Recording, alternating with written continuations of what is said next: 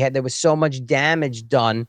It's happening, and now Congress and the Senate need to pick it up and get it back to him so that it stays that way and it can't be reversed. No, it's the truth. I mean, I just saw that the full federal funding of NPR and things like that are getting completely defunded by this administration. As he's moving to do stuff like that, kind of working around the big stuff, legislatively, Congress has to act. You talked about in our first show, Alan, about the Democrats having no messaging, and it's because, the donors and the people that influence them are essentially forcing them to stay on things that they've spent hundreds of billions, if not trillions of dollars on over multiple decades to move to the forefront. I'm talking about like DEI, like 1619, like trans agenda, etc.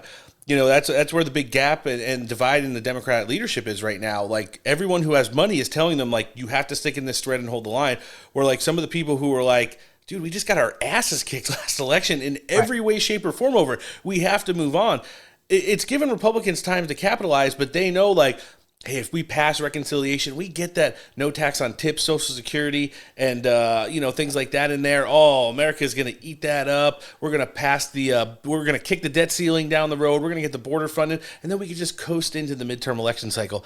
I don't think many Americans really do see it as that. I think they see the reconciliation package now, after all the news and publicity it's gotten, as something like Congress should be doing. And if they do anything outside of that, that's where they actually start notching off wins.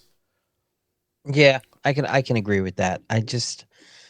Americans want to see more action. No They complacency. they yeah. And as far as Democrats go with their messaging and their donors, they've lost a lot of their donors. We've seen that they lost I think, or they took a hit to some of their fundraising infrastructure by a lot of their mega donors.